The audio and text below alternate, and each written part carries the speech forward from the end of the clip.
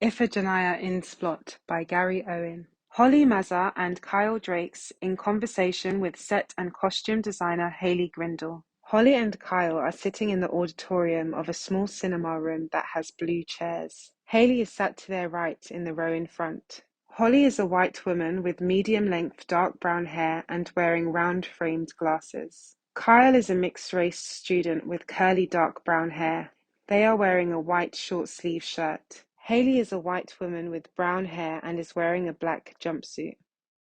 Hi, my name's Holly Mazza. I'm the head of drama at the Fulham Boys School, and I'm joined by Kyle Drakes, a Year 12 student at the Fulham Boys School, and Hayley Grindle, the costume and set designer for Iphigenia in Splott at the Lyric Hammersmith. Hi Hayley.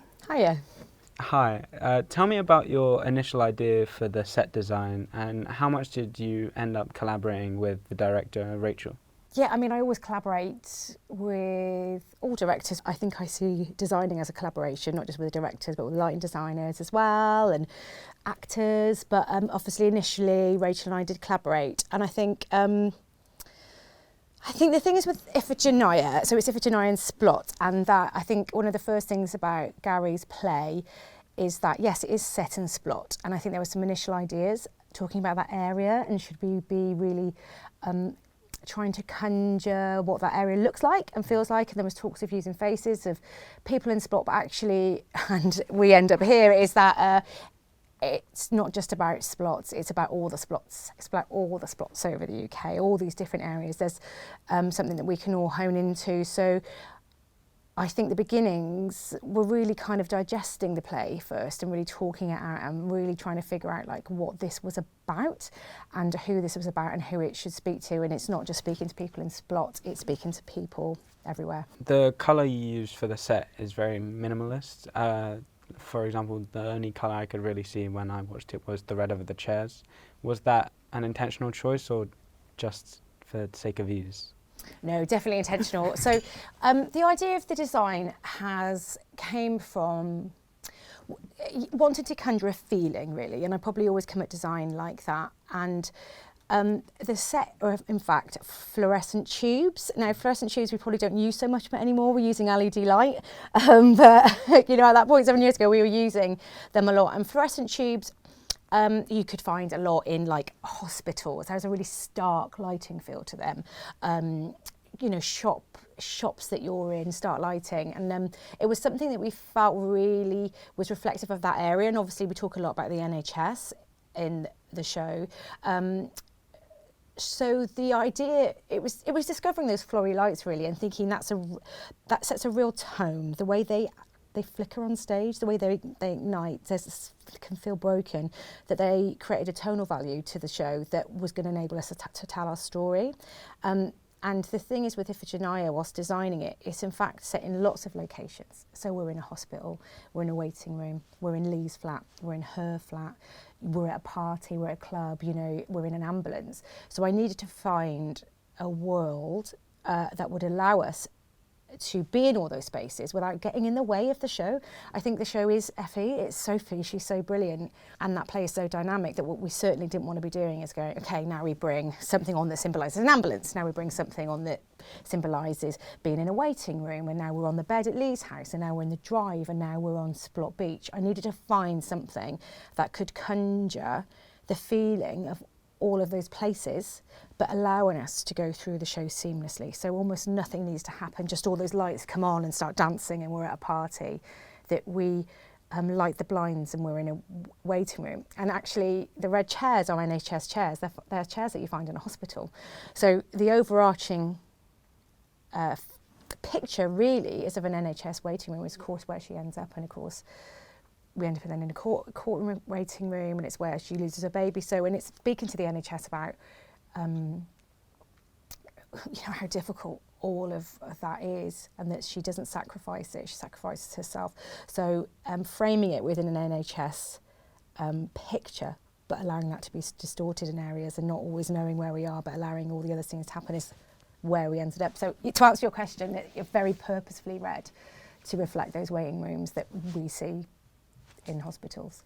When you say they were NHS waiting chairs, are they ones that you've seen in a... Yeah. How specifically? Yeah, absolutely. And of course, yeah, absolutely the ones that I've seen. I mean, they're different everywhere and they'll be slightly different now. And obviously hospitals do, but it's that kind of municipal chair that you end up in lots of like doctors' waiting rooms that we've definitely seen. So, yeah.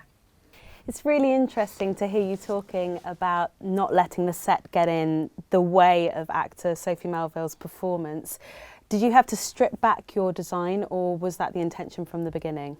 It was the intention from the beginning, absolutely. I think my job is to enable the story to happen. I don't think it's about me going, look at this design, and then everybody has to work around it. I don't really see it as that at all. It was always to enable this brilliant play to live on stage and that everybody can be their best and to make it successful. And like, as soon as I start hindering it, and for me anyway, as soon as I start hindering it and slowing Sophie down or haltering that play, I don't feel like I'm doing my job very well.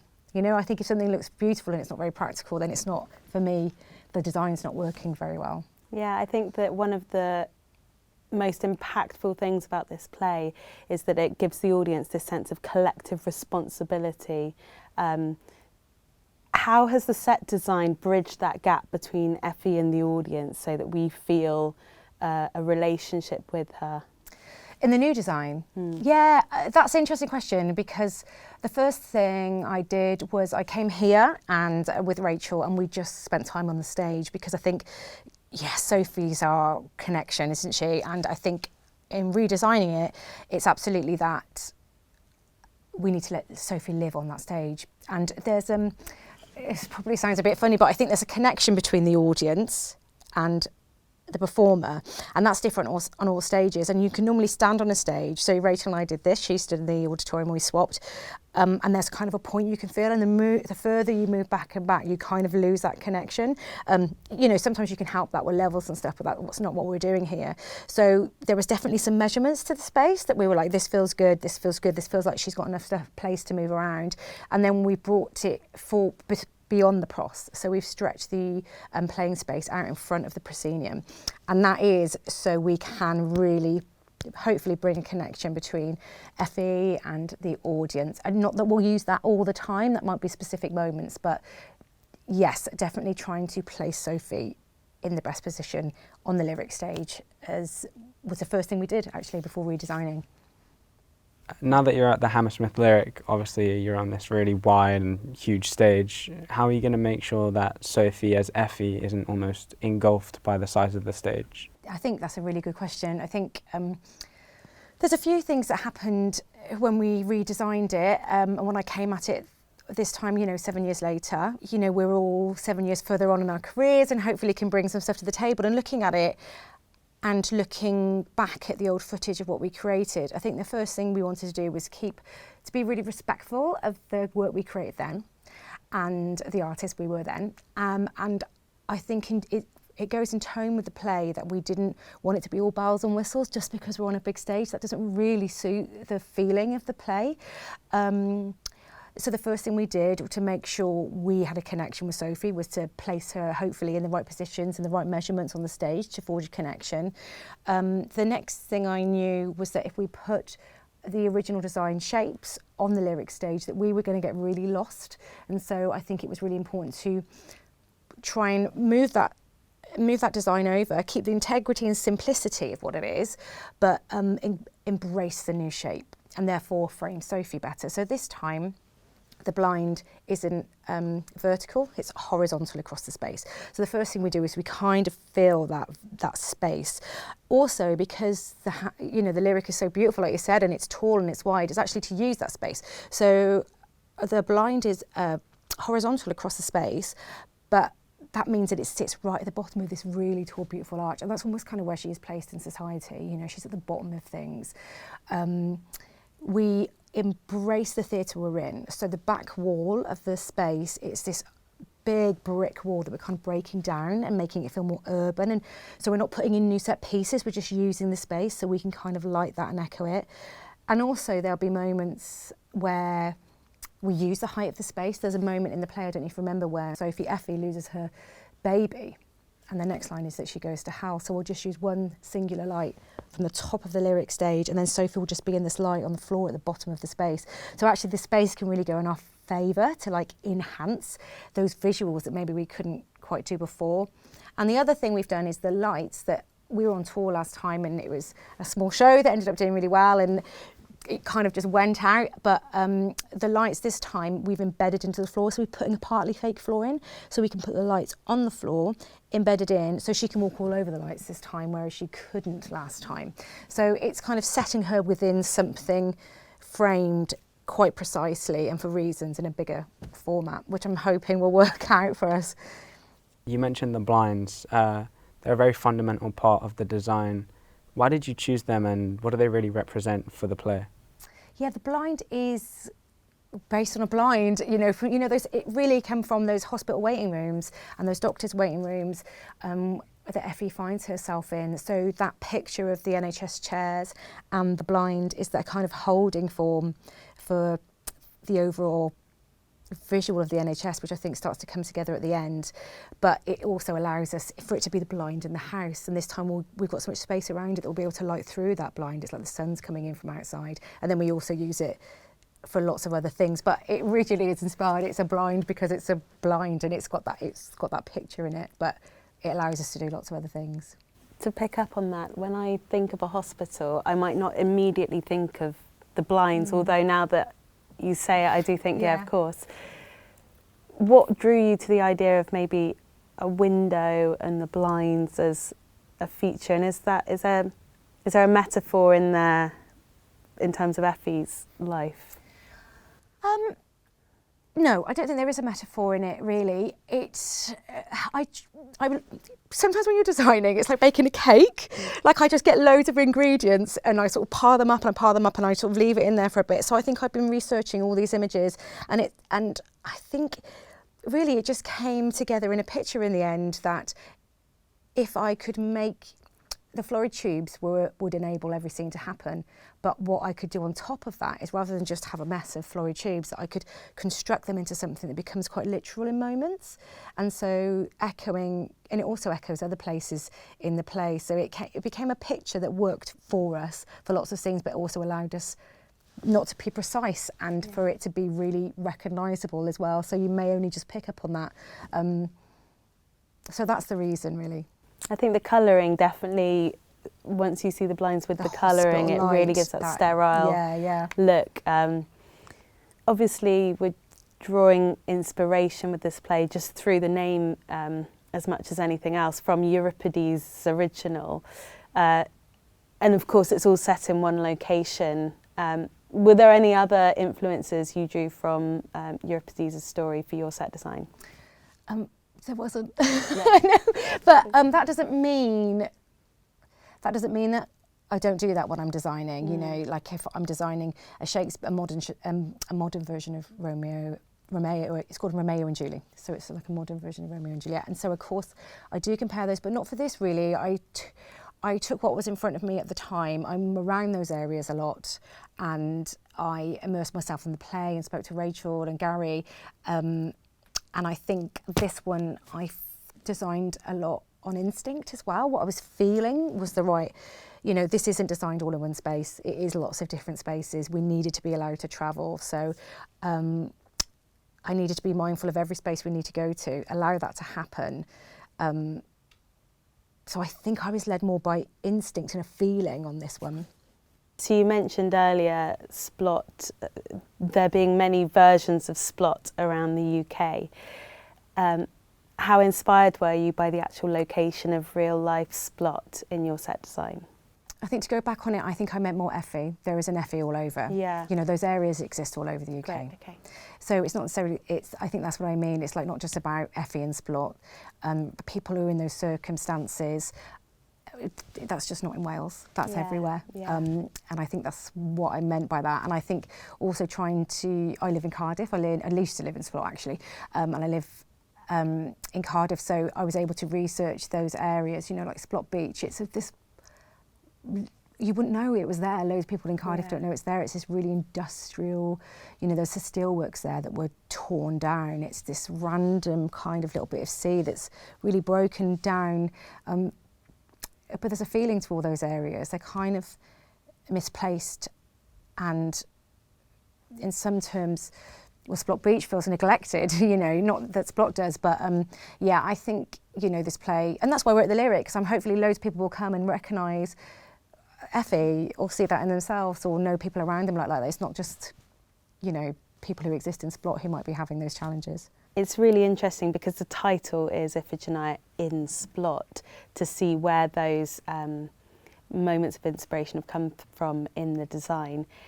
In the costume design, how much did the location impact on your decisions? Yeah, I think I think it did, and it will do this time. We'll change the costume. I think it always starts from a place of research. You know, I've been back, you know, I'm trying to look at what everyone's wearing. So it definitely comes from a place of fact, but also I'll go into a room with Sophie and just go into a fitting after this, in fact, and I'll have a whole rail of items that we will explore and see what works for Sophie now playing that character. So I definitely don't go in going, this is it, and this is what you're wearing. You know, I definitely will explore that with her, and then we'll talk to Rachel and we'll get those feelings across. But it definitely comes from a place of research and fact, and then it might grow in that room and make sure the language of what those items are clear. The costume from 7 years ago just isn't right for the show we're creating now at all. And that's okay. We'll just, because Effie's 7 years on now, you know, we're not trying to make her any different. So she is 7 years on, and what people are wearing has shifted a bit as well. So yes, the area is definitely an inspiration, and we'll see where we end up. But trying to be true to her as a character, I think, is the thing at the front of our minds. You mentioned that Effie and the play as a whole is 7 years on. How old was she initially and how old is she now? And how and why does that impact what she's wearing? I think, well, I just saw a run actually the other day, and it's quite interesting watching that through the eyes of somebody who's 7 years on, because I think the first thing I felt was that almost, like, I think the first time around I felt like there was hope for Effie. Like, there's years and years in front of her. Not that there isn't, only 7 years on, but it feels like she's more stuck now. And that felt to me in the run I've seen previously, you know, we'll keep moving, and I will keep changing things through tech if they're not quite right. So don't hold me to all this yet. But I think that it feels like there's more tragedy in it. I think originally she's about 22, so now we need to look at the playing age. We'll look at that later. So she's, you know, 7 years on. So what's that? 29. So, but you know, the hoodie will probably still be there in some form. You know, people don't drastically change what they wear. You know, I think just because you're 7 years old, you don't. Like, I certainly probably wear otherwise things that I've been wearing like for 15 years. But it definitely needs exploring. I think it's probably simpler than what it was back then. So when I'm in tech, it might be that we get an item on stage, and once all the lights are on, I often change things then, especially colourways, just to make things make sure they're living right in that space and to make sure it's working on her. There's also practical things we need to do, you know, to make sure, you know, she'll probably have a really good pair of trainers, I feel like she probably still has a really good pair of trainers, but I need to make sure they're not too full and bouncy, so Sophie feels grounded in that space. So there's like practical things to consider as well as the visual. You mentioned keeping the zip-up hoodie from the last production to this one. In the prior production, she takes it off really early on in the performance. Was that meant to like symbolise anything for her character? And if not, why didn't it? Well, I think at the first instance, her having it on, you know, we just meet her, don't we? And she's kind of welcoming her into her world, and there's something a bit more ominous about her, and she's got that zip up, and it's like the person you see on the street and might feel a bit possibly intimidating, but she takes that off as we're working through the play. And it's when she goes to the pub, when she's in the pub, isn't it? And she, you know, dances and she meets Lee. So that's part of her just kind of relaxing and taking her clothes off, and not taking her clothes off. She's got clothes on underneath, but going into party mode. So there was a specific point where that happened, and then she meets a man. How did you make decisions about Sophie Melville's hair and makeup for the production? And has it changed at all for this production? We talked about the age difference now. And how much of a collaboration is that with you and the actor? Because it's obviously a very personal thing how someone does their makeup for the stage. Yeah, it's a real collaboration, and Sophie's absolutely brilliant. She will have long hair this time. She did last time. It felt right that she had long hair, and that's what everybody was wearing at the time, and she will do this time. There's no reason for us not to do it. We definitely didn't want her fully made up. We didn't want her to have a mask on, you know, just to feel quite real. But yeah, this one is personal, you know. I definitely want to make sure Sophie feels good going out to stage, that she feels the character, that she feels really comfortable. Because if I don't make Sophie feel comfortable, then she's not going to feel great, and she has to go and stand out in front of everybody. So there is definitely a dialogue that we work to. And Sophie's brilliant. She's definitely always got the character at the heart. And, you know, Sophie's Welsh as well. So, you know, it all comes from a place of understanding. Obviously, you're the set and costume designer for this performance. When you're training to become something like a set or costume designer, do you have to focus on one in specific, or can you really cover all of them at once? When you're training, where I trained, you go into your first year and you're learning all of it. But, you know, lighting isn't part of it at all. You're trying to be a set and costume designer, and you can go into separate areas. It's really hard, I think, to just do one unless you're moving into film and TV. Most people want to employ a set and costume designer, and that's kind of the normal thing. Yeah, so I went in doing both, but I ended up doing, you know, the way I ended up in it, I went to do my A-levels and I did theatre studies, and I've never given up on anything in my life, and I was just in that room and it was just all about acting, and I just felt so uncomfortable, and it's the only thing I've ever given up ever. Didn't do it, and went on to do a foundation, but meanwhile around that I just started working in a costume hire, and I'm from a really small area. I just never knew it was a job to become a theatre designer until a woman who was brilliant, who was like a real mentor to me, just said, oh, you know, you can do this as a job. And I was like, a job? You know, I don't know what I thought. I don't know what I thought. I was quite late on whether people just go to the shops, not the shops, but there was a place you only got the sets. It never crossed my mind that was a career that you could go by. So the week before I handed in my UCAS form, you know, I was down to do metal work and like glass blowing. I was looking at all these kind of things and I was like, oh, this is a job. You know, I'd always loved it. I was in I'm from the Forest of Dean, and they had a little youth theatre there, and I was in it and I loved it. And I remember the feeling of being backstage and in the wings, and there was just this feeling to it that I really, really loved. And that's why I went to do it at A-level, but then people weren't really thinking about the broader scope of all those areas at that point. It was all about the acting. So I just didn't have access to it. So by the time I went to university, I'd only known a week before I handed in my UCAS form that was even a job. Then, you know, found the places. And again, it's just mainly led by instinct. The place where I got into was a place that I walked in and felt like, oh, this is where I could be. And then it all rolls on. It's the people you are around, you surround yourself with, and you know, I was surrounded by really exciting people and meeting directors, and then it went on to that. So I was quite lucky that I then, after that, I did 10 years working with young people's theatre, really, where I really learned to develop my craft, I think. I hope, and I was getting to do like scenic painting, and I was doing all those areas, so hopefully that I had an understanding when you come to design a set, that I understand all the other jobs that go into it. So I think, yeah, you can be specific, but I think when you're working in theatre, you know, to understand everyone's jobs and try it all and get into the nitty-gritty and really work amongst everybody to figure out your path is a really good approach, I think. I think because we don't teach costume in as much depth at school, it can be quite a mysterious process for students. Yeah. And when you see Effie costumed on stage, it makes so much sense for her character. But what's the process of getting to that design, and how much of it is inspired by the actor who's going to play that role? Yeah, that's a good question. It's different for different pieces, actually. You know, if you're doing a Victorian play, there maybe won't be as much dialogue because we're not existing in this time. But when we all exist in the time that plays on, there is much more dialogue, I think, and it's definitely important for me. So I will come at it as a point of reference. I will come at it first in the room with lots of stuff on the rail, all items that I've seen people wearing, or I've done my research. You know, Sophie will have seen my boards, and that we will walk into a room, as we're going to do in a minute, full of clothes, and we will just start trying stuff on and seeing how we feel and seeing how it moves. I think it's really interesting when you start costuming somebody.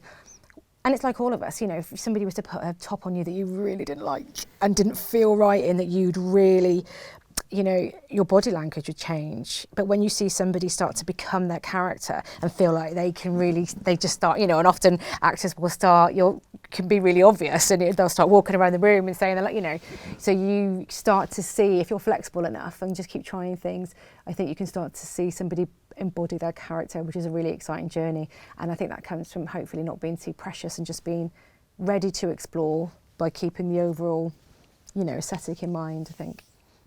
Great, thank you so much, Hayley. Thank you. That concludes our interview with Hayley Grindle, the set and costume designer for Iphigenia in Splott.